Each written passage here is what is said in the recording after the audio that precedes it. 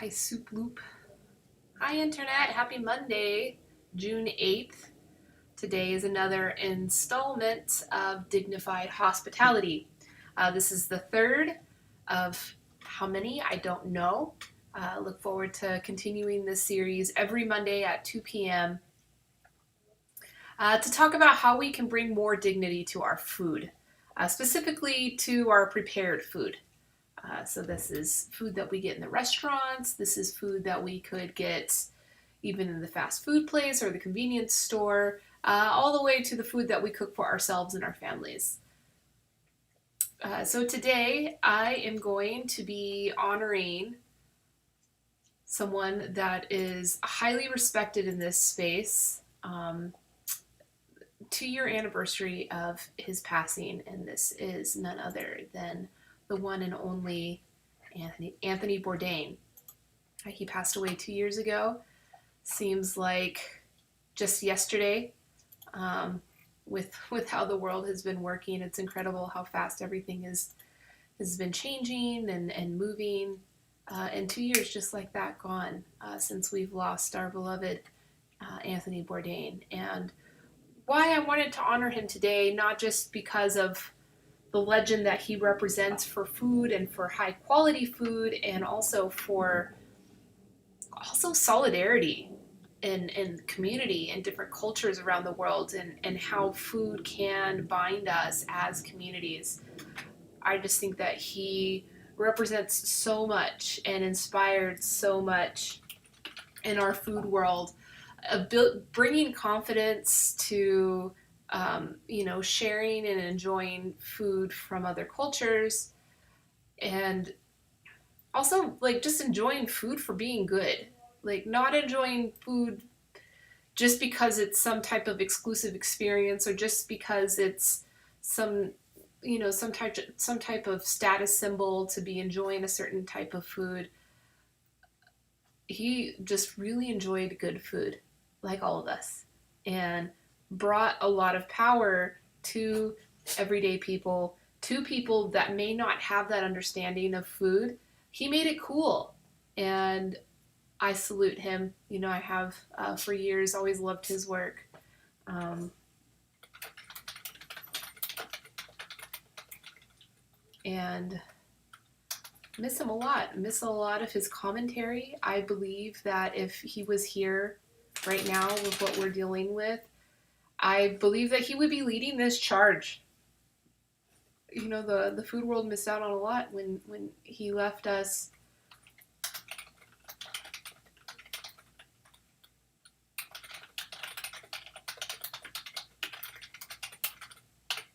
Sorry.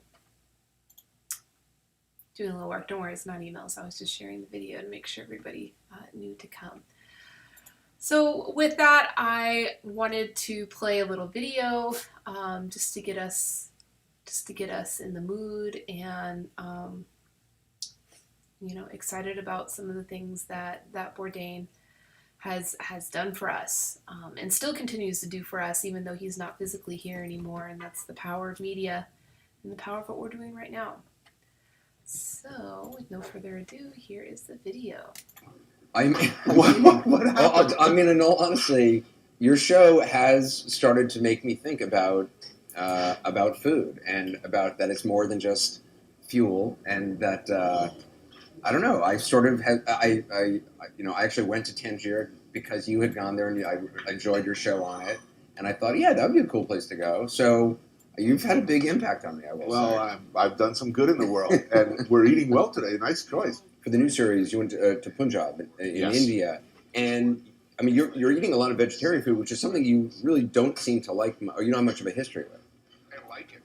India and Punjab in particular, that's a place that I could happily eat vegetarian for quite some time without really noticing it, and just enjoy it. The food's so proudly prepared. The textures are varied. It's colorful. It's spicy. It's delicious. Indian vegetarian culture is very old and very rich. You also, I mean, you're eating a lot of stuff like sort of on the street, like stalls. Mm-hmm. You go to a Sikh festival. I would be I've been to India a bunch of times, and for me, a large part of going to India is trying not to get sick. The hygiene may not be what you would like, yes, there is an overwhelming likelihood that you will indeed spend a little extra time on the Thunder Bucket, but but it won't kill you. It won't poison you. You are far more likely, in my long experience on the road, to get ill at the hotel buffet.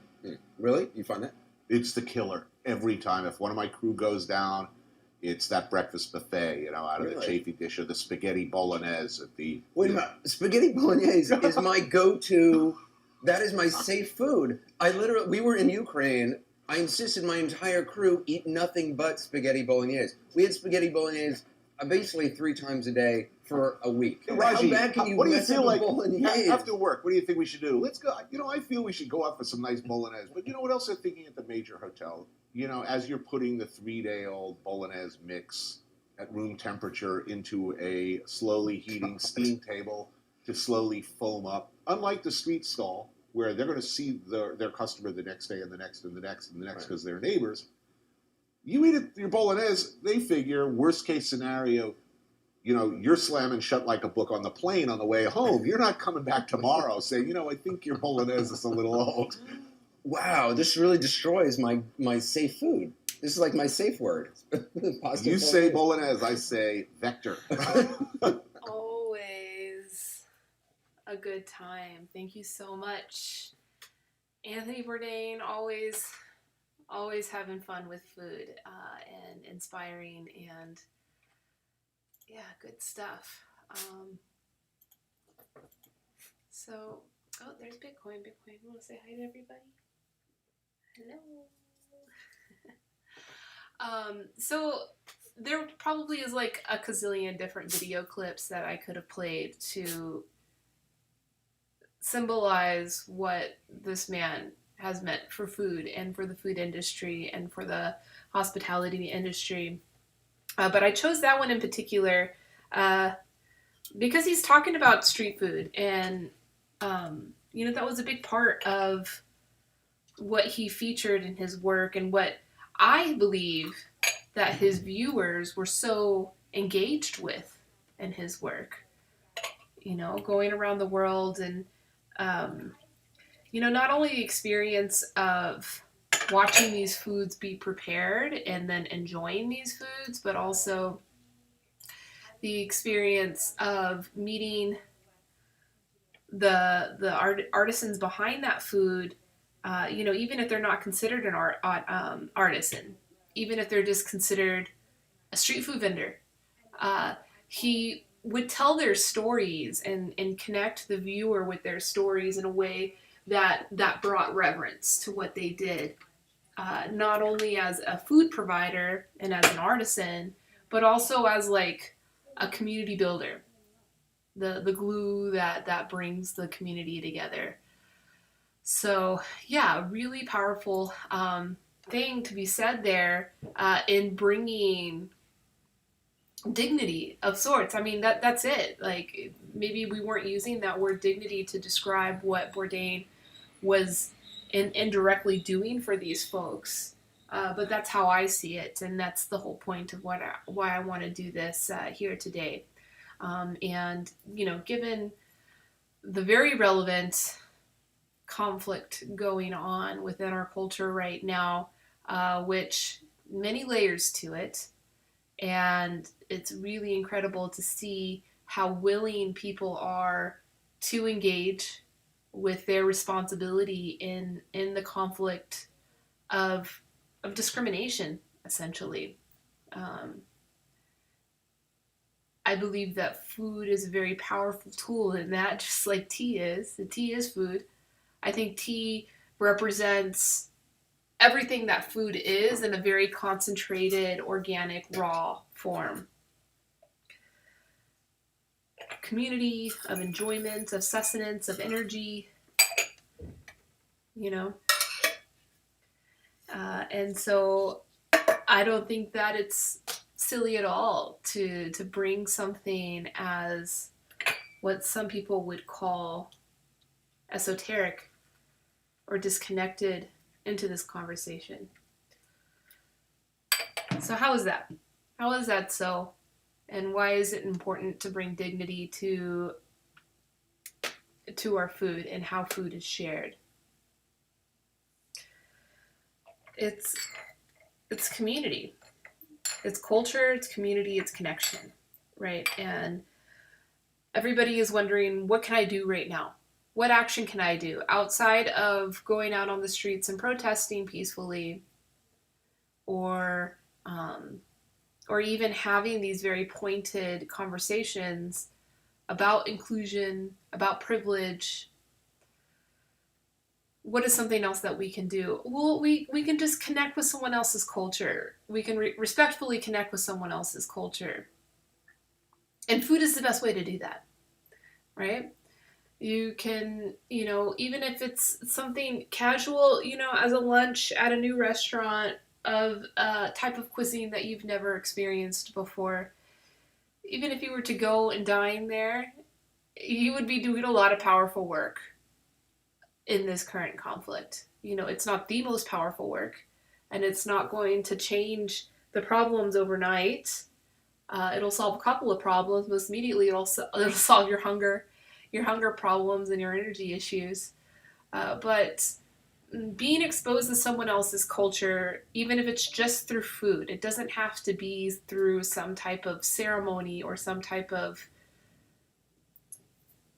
powerful experience. It could just be a simple meal of connecting with food, of a different style of preparing food. I mean, ultimately, we all need to eat food. That's one of them. There's several of them, but is one of our common linkages with the rest of humanity. And also the rest of biology, really. We all are constantly creating value to receive value, and sometimes it's in the form of calories and our energy or in our bodies.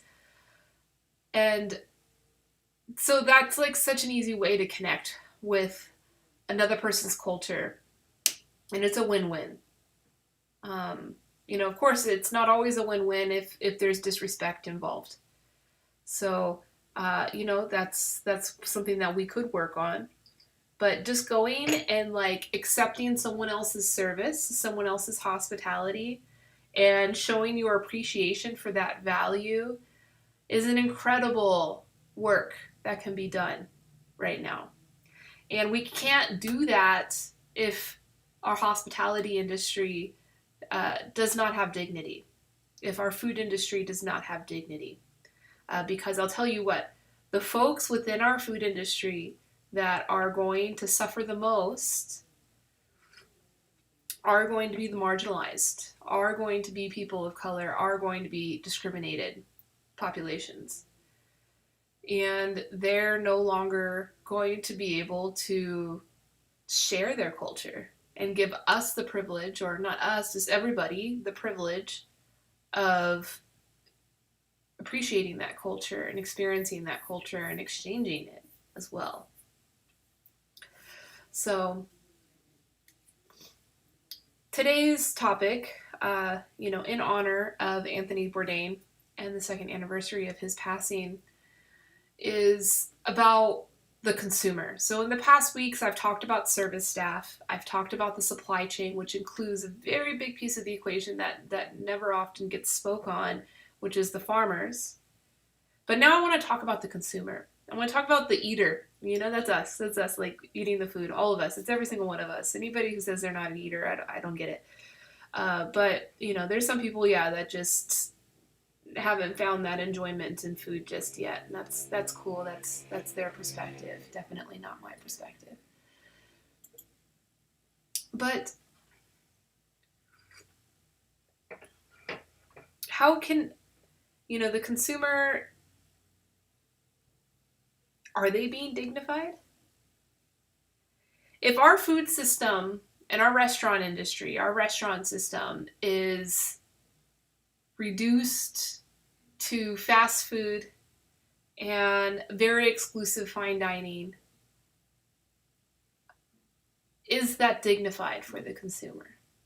Like their options that they have available to them for providing sustenance for themselves and their families was a drive-through fast food restaurant or a very, high value dining experience, which is at this point, like the closest visualization that we have seen and talked about for. Hi, Rebecca. Good to see you. I don't think that would be dignified for the consumer if that was the only option that they had, especially if all of the businesses that survive and all of the food service establishments that are able to survive and provide food to the consumer are what we call Americanized food. So, your options are hamburgers, fried potatoes, and that's it. Maybe crunchy tacos. Taco Bell might make the cut. And all of the other independent businesses, independent chefs, independent restaurants are reduced to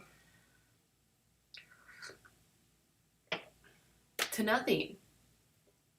I mean, that's such a sad situation where our ability as a consumer to experience someone else's culture, which a lot of times restaurants and food experiences are the only way that people are. Really have to think about that. If you're watching this video now and you know about me and you know about my work, the chances are very high that you are traveled and that you maybe have friends from other cultures that are able to share those experiences with you. But there are a lot of people, and we should always remember these people and their perspectives, that they don't have that opportunity. And that going to a hole-in-the-wall Italian restaurant or hole-in-the-wall Indian restaurant is legitimately the only exposure that they're going to get to another culture. I believe that we need to protect that, especially if we want to do something right now. If we want to inject more empathy and more love into our communities, having these cross-cultural experiences are really important. And so protecting distributed, small-scale ethnic restaurants and ethnic small businesses is going to be a very powerful tool in bringing more empathy to the mass market, to solving this problem of discrimination that we're facing in the long run. Right? Again, these are not solutions. Anything that I'm saying today are not one single one thing I'm saying today is a call to action of like how we can make change happen now. There are a lot more powerful actions that can be taken. A lot of them dealing with legislative reform that will take care of the issues of today, of now, that need to be resolved. And I'm not talking about those issues here. I'm talking about sustainable change, long-term change in our society. We keep seeing these words, systemic problems. They exist, they are real, and the changes to them are not overnight. Those are long-term outlooks, and it's all about empathy. It's all about increasing capacity for perspectives.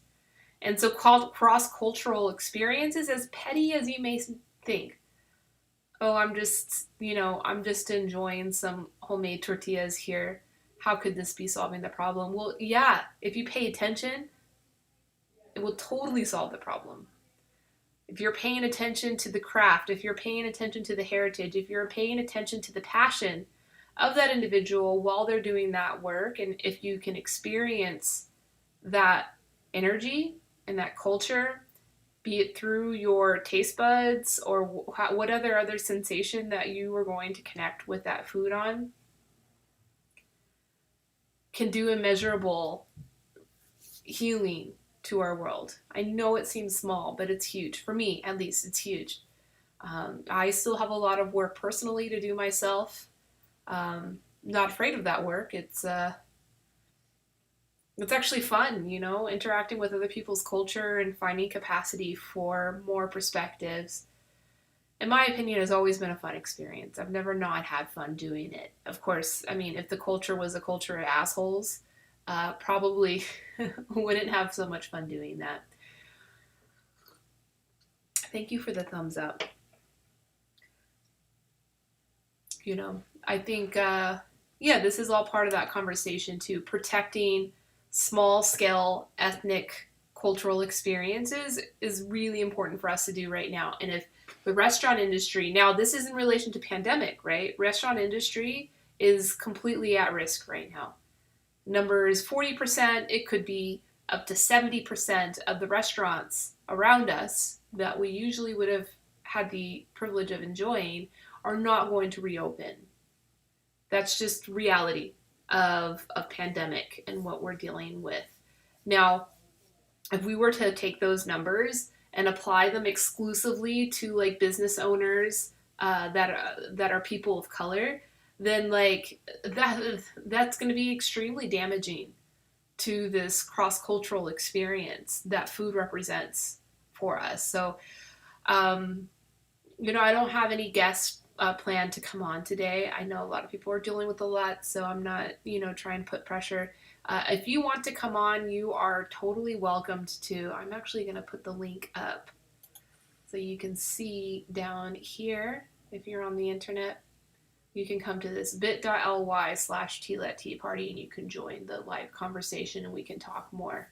Again, not any pressure for anybody to join. I'm happy to speak on my own, just because this is a topic that I am so passionate about. And,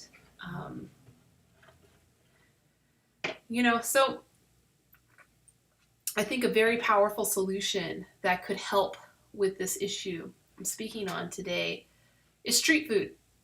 And like legal street food, empowered street food, dignified street food, is an incredible way for marginalized populations to add value, to work, make money, and support themselves, to provide sustenance to their local community.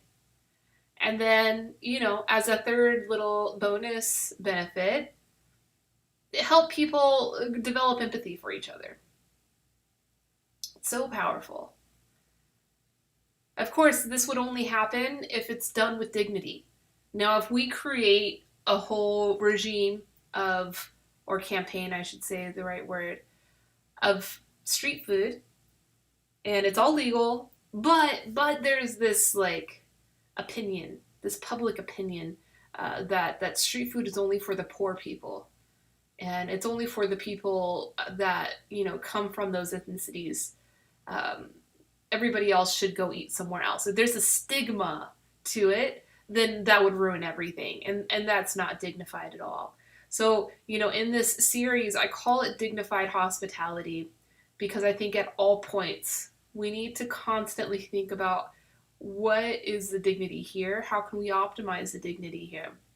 And so I think to do this with a successful street food campaign, there needs to be dignity with being an artisan of street food. Again, dignity does not relate to money. A lot of people always thinks that everything has to do with money. Or are they getting paid the same as everybody else? That could be a whole other conversation.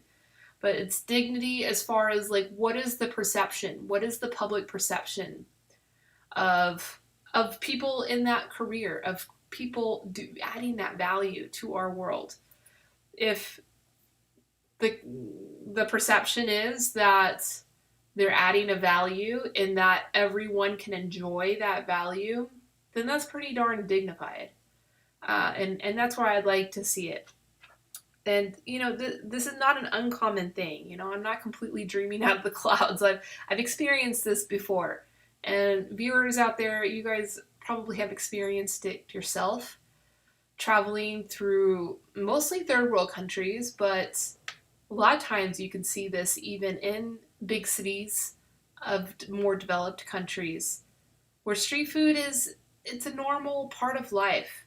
It's not dignified in oh, I'm going to take my top clients out to go eat some street food right now, and they're going to be really impressed by that. Maybe not. Maybe you reserve the fine dining for that. But street food is something I'm in a hurry to this next meeting. I gotta take a train over here. One of my favorite street food vendors is on the way. I'm gonna stop and enjoy a meal there. And this could be like a white collar, privileged person that sees enough dignity in that source of food that they value it. That's what I'm talking about. And it exists. It totally exists all throughout Asia, pretty much. Definitely throughout Africa. And when I lived in Africa, I like to pull a lot of my experiences from that. And I'm so grateful to those experiences that I have because they make me who I am. All of my experiences have made me who I am. But those experiences in particular, because it lets me pull from a culture that is so unique to mine to find the commonalities. And street food was a big part, there was some Peace Corps volunteers that I knew that never learned how to cook. They completely lived off of street food, and you can do it. And it is healthy, it is hearty, it is delicious, it is affordable. For about the same amount of money, you can eat street food than you can, buying your own groceries and making your own food. Of course, when you buy your own groceries and make your own food, you can make things more premium and you can have more variety in what you want. If you're limited to just the street food in your local area, maybe you only have a few options. But it's a very viable and affordable and nutritious way for people to survive. No need McDonald's. Fuck that shit. Excuse my language. But yeah, fuck it. Much better for us to eat hearty, nutritious food that's supporting our local communities. And as Bourdain says, right? So this is like the main argument I always hear when I talk about street food. Oh, it's not going to be sanitary. That's why we don't have street food in America. And you can get street food in Africa because they don't care about sanitation. We care about sanitation. And Bourdain even said it. He says that you're more prone to get sick from the breakfast buffet at your hotel than you are from the street stall. It's true. And the reason why that he gave, I love that. I usually give a different reason. I usually say, yeah, because the food is being prepared hot there and the guy is right there or the woman is right there heating it. And it goes directly from the heat to, your service plate. Hi, Bradley. Good to see you. But Bourdain made a very valid point. And I love it. He says the street vendor is making food for the same customers that he makes food for every day, and those customers are his neighbors. The last thing he wants to do is get his neighbors sick. Because, yeah, he's going to be held accountable. Street food is heaven. Thank you, Bradley. It is. It's heaven in so many ways. In so many ways. And it doesn't have to be dirty. It doesn't have to be low income. It can be dignified. It can be real. It can be, there's street food stalls in Singapore now that are competing for quality. And one of them even got a friggin' Michelin star rating. Like, it's incredible. Usually that's reserved for like all the highest valued restaurants in the world. And there's a street food vendor. I don't know exactly what they prepare. But yeah, there's a street food vendor in Singapore that got a Michelin star. And I'm not saying that all street food needs to be like this elite something, but it can be simple. And we do have bits and bits of it here. And if you have ever experienced those little bits of street food that we have here, outside of hot dogs in New York, like that's a different thing. Not to discredit those serve a very important purpose in that culture. But I'm talking about like the elotes, man, at the park, in like predominantly Mexican communities. You go to the park, the local area park, and there's usually a guy with a cart ringing a bell, selling corn on the cob, and it's all decked out. It's delicious. It's awesome. But I'll tell you what, like, those are all illegal. None of them are operating under a permit. If the police wanted to hassle someone, they could. And they're just trying to provide a local service to their community. They're trying to provide for themselves, an income. And that income is not big. Like, these guys are not rolling in the dough from their elotes money. Like, they're barely getting by themselves, but at least they're getting by. And they're doing it themselves. And that is the dignity that I'm talking about here is autonomy and interconnection. So yeah, if you have ever experienced, especially if you're white or non-Mexican, or experiencing the elotes is it's a very powerful thing that it's like, it seems small, again, it seems small, but it's like a very powerful way of building empathy, which is the building block of the solution that we're all talking about with the very current situation that we're dealing with, the current issues that we're dealing with around justice, around discrimination, and basically systemic marginalization of certain people based off of the color of the skin or where they come from. So yeah, I think having this like watered down junk food, I mean, it's going to be polarized, right? It's either junk food like McDonald's or really high value dining experience. And if you want to eat healthy and affordably, you just have to cook at home, which that's a whole other story. And I think I will dedicate a whole video, a whole live session just talking about that, like dignity of home cooking, or whatever. How do we bring more dignity to our home cooking? That's a very big piece, and I think the pandemic has definitely helped in the right direction for that particular thing, about empowering people to know, oh yeah, I can cook. I like bought this huge house. I never used this kitchen. Now I finally use this kitchen. Oh yeah, I'll use it more often, even after pandemic passes. And then also our food supply chains are ready for it. Our food supply chain was like all built upon everybody, or not everybody, but most people dining outside of their home. Majority of the meals, majority of their calories are going to be dined outside of their home. That's how the food supply chain was set up prior to pandemic. Now things have switched up, and now that they've switched up after pandemic, we could see some interesting progress in home cooking and all of that. And this distributed food supply chain could also support street food as well, which is cool because street food itself is distributed. It's not centralized. McDonald's is centralized. So I'll tell you a little bit something about McDonald's. McDonald's has a partner company called Golden State Foods. These are very, very large food processing facilities. They're probably the largest food processing facilities in the United States. They process all of the ketchup, all of the mustard, all of the cheese, all of the, everything, even the meat patties. They process everything. Of course, they have different facilities for different places, but this company, the centralized company as a whole, processes everything that goes into McDonald's. So if you're a franchisee at McDonald's, you will do all your sourcing from this company, and then this company will do all the deliveries. And so sometimes, now that I've told you this, you're going to notice it. When you see a big truck, McDonald's truck, pass by you on the freeway or something, you'll see a GSF on it, Golden State Foods. And these companies are highly aggregated, and their supply chain is a completely different thing than what we're talking about, this distributed supply chain. Like, they're buying in very, very large quantities. They're processing in very, very large quantities.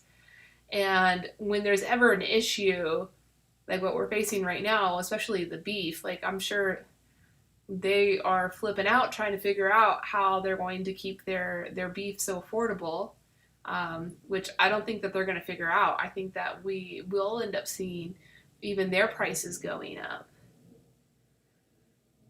But yes, it's a very centralized system that's poison, and it's poisoning us. Not only has it poisoned itself, but it's poisoning us.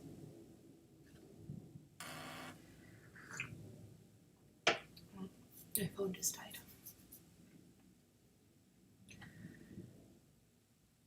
And this system is so centralized and so separated from the people that actually go to McDonald's, like the families that go to McDonald's, happily go to McDonald's because the kids can't wait. They want their salty, sugary food. and they're cartoon characters and all that pester power that's built in. And that's a real term. Pester power is a real food science term. It's actually technically a food marketing term to describe how you can brand a food product to optimize the amount of pester power, or the amount of nagging the child will do to their parents so that their parents will buy them that food. So sad. It is so sad. I did a project in college where we were utilizing pester power for actually a very healthy product. It was a very good, healthy product. It was like I was in this food marketing competition, and we were marketing these like small plastic bags of pre-cut apples and oranges. So it was like healthy fruit snacks for kids. But of course, pester power. What licensed cartoon character are we going to put on this packet to optimize the pester power of the children in the grocery store to make sure that the parents buy this for them? So yeah, all of that is pester power. And even like the colors, so like yellow and red, they all encourage feelings of hunger. So now I told you that, you're going to start seeing that yellow and red on all the fast food signs. Yeah, that's all part of that psychology they're trying to play on us to make us feel like we want to pull in and get some sustenance. But yeah, this all comes back to the connection between the provider of food and the consumer. And then the McDonald's system, where everything is so centralized and disconnected, they don't give a shit about you. They don't give a shit about your kids. They definitely don't give a shit about the farmers and, the people that live in the communities where their, beef farms are, raping the land and the water sources. They don't care. It's very easy not to care because of the system. Now, in a distributed system, like what Anthony Bourdain was talking about with the street food in India, Anderson Cooper said, aren't you scared? Aren't you scared? You need to say. He says, no, I'm more scared of getting sick in the buffet. I'd be more scared of getting sick at McDonald's than in street food, because there is connection there. And you may be a tourist and you're staying in a hotel and there's a street food stall down at the bottom of your hotel and that's where you decide to go eat. And you'll never see that guy again, maybe. But like every other customer that comes to sit and order whatever food is being dished out there, they probably go there at least 3-4 times a week on their way to work or on their way home after work. They stop for a snack before they go home.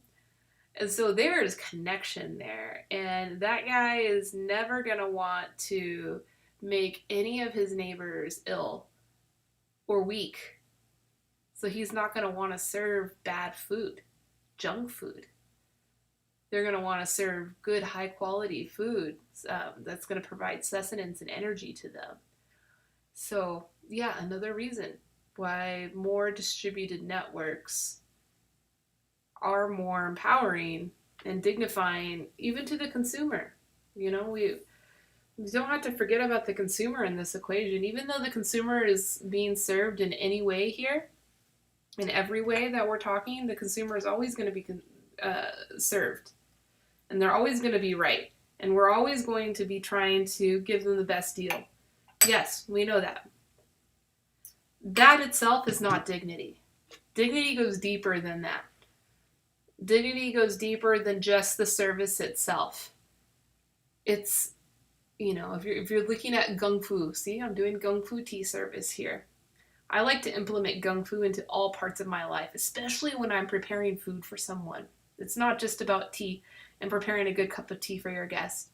Gung Fu in your cooking, Gung Fu in your business, Gung Fu in whatever you're doing when you're interacting with others means that you're trying to not only serve them the best you can, but also provide more than just that service. Provide dignity. Make them feel loved. Make them feel important. Because they are. Not just because you're pretending anything. Real Gung Fu, you're authentic too. You're not just doing it for You're not just doing it for the extra credit or for the good karma. You're doing it because you legitimately, authentically believe in what you're doing and believe that it's important. And so, in our food service, if we do allow our industry to become polarized, convenient junk, or very high level, high value dining, fine dining, we have these two polarized experiences and nothing in between other than home cooking, which is great. That should be like 90% of it. Yeah, we're not providing the best service that we can to the consumer. Definitely not going to be that cultural exchange that I was talking about. In a fine dining establishment, or as well as in a centralized fast food system, someone's authentic culture is never going to come through in that. Unless you're like a successful chef that's worked up the ranks and you come from some, or you have some heritage to share in your own cuisine. But that's usually not the case, because that's the whole problem we're talking about anyway, right? We're talking about like the systemic problems of someone of color or someone from a marginalized background, like being able to elevate through the ranks and become a high performing chef or a high performing restaurateur is very unlikely. It happens. I'm not saying it doesn't happen, but it's very unlikely. So then, how are we going to experience their culture?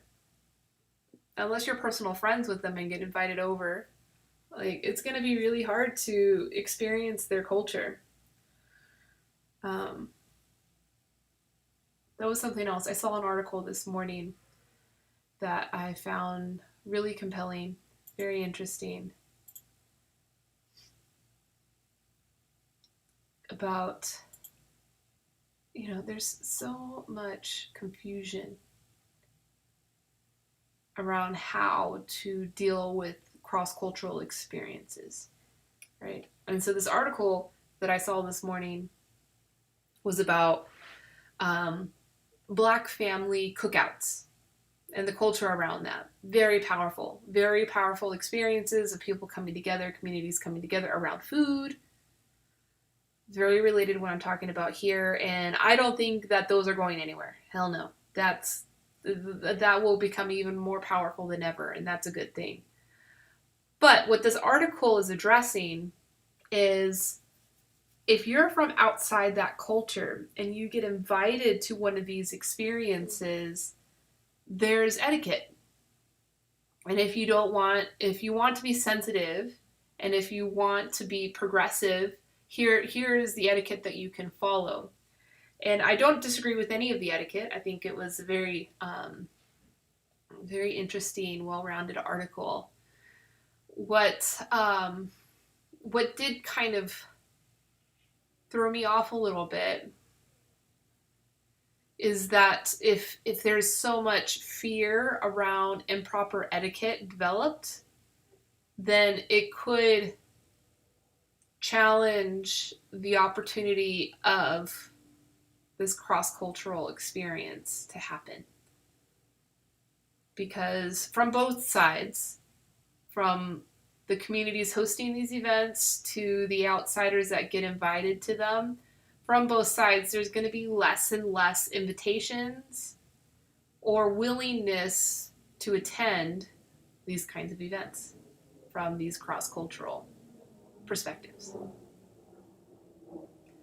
And I don't know if that's a problem. I'm not saying that's a problem at all. Maybe that's a solution. Maybe that's like one of the solutions that people like myself that have grown very comfortable in those invitations. And of course, I try to respect But if a consequence is that I receive less invitations, that's fine, and that's part of the work to work on. But what does worry me is that if that happens, then there's going to be less opportunities for this cross-cultural experience.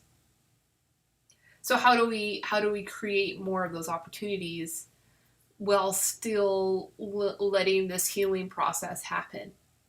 It's very likely that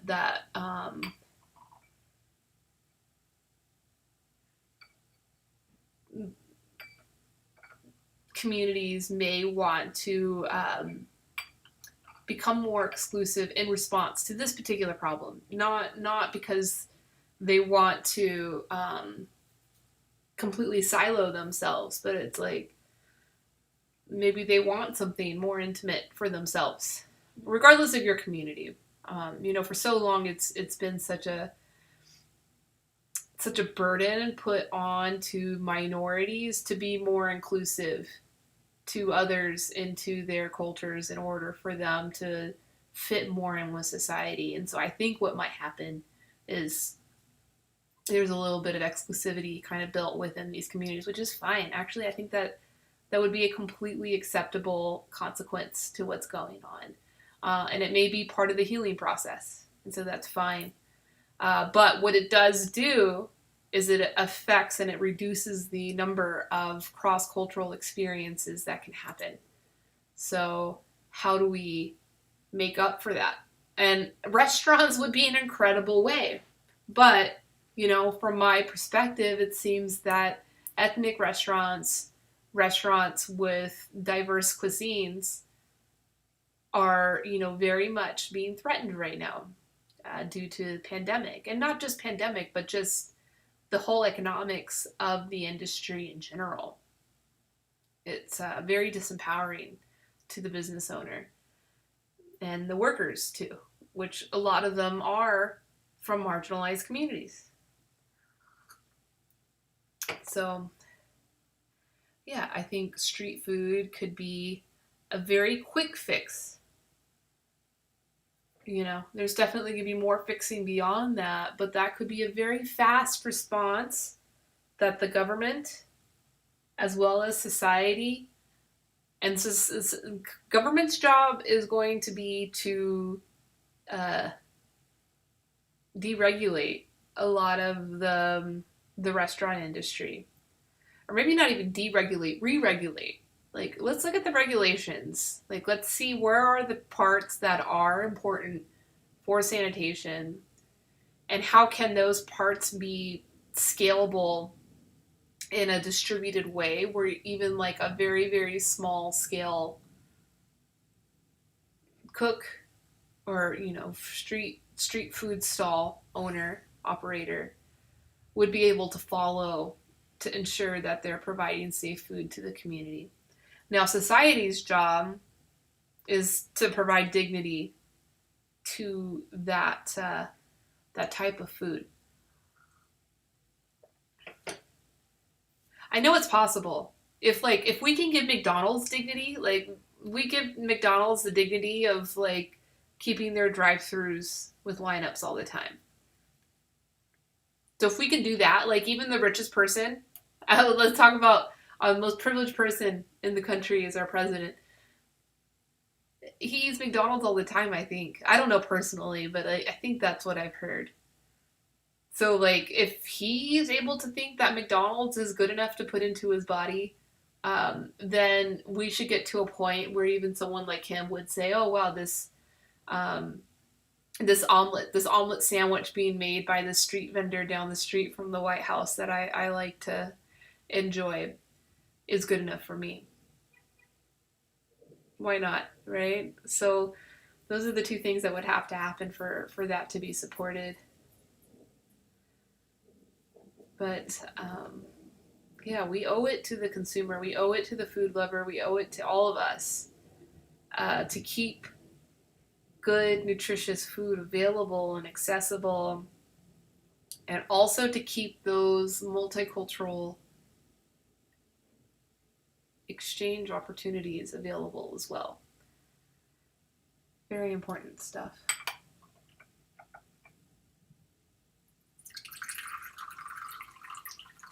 Today I am drinking a highly oxidized oolong tea from Indonesia.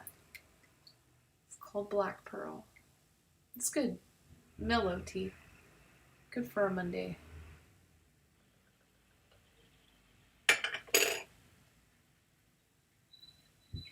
If anybody has any questions, you're welcome to ask them.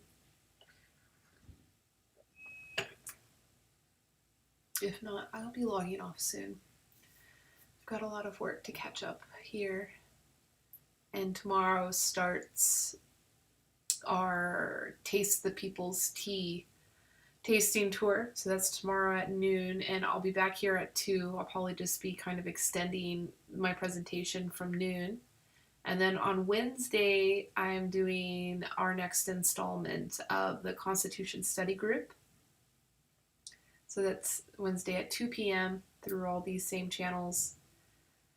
And yeah, I hope that you are enjoying your time and the weather wherever you are, getting out, getting some sun. Here in Vegas, we are enjoying some really incredible weather. It is not even 80 degrees here, I think, and perfectly sunny in the middle of the day, in the middle of the desert, in the middle of the summer. Wow. So I have been getting out and enjoying some sun, if you can't tell. It's been good. I'm grateful. I'm grateful for everything. I am grateful for you. I'm grateful for this opportunity to share my heart, and with all the hope and aspiration and intention of inspiring you to see your own power of love and your own power of doing better. Even simple things, even small simple things. Go eat some new food that you've never eaten before. That could be a very powerful experience for building empathy in this community. So if that's the only call of action that I can provide for you today, please, go try some new style of cuisine. Hopefully it's a small business, and you can actually connect with the owner of that business. That is so incredible. Have some conversations, ask them about their heritage, ask them about their food, ask them about how you can better support them, how, you might be surprised with how good you feel after an experience like that. So yes, with that, I am going to sign off. Thank you so much for joining me today to talk about dignified hospitality and how we can bring more dignity to the foodie and to our communities. Have a great week.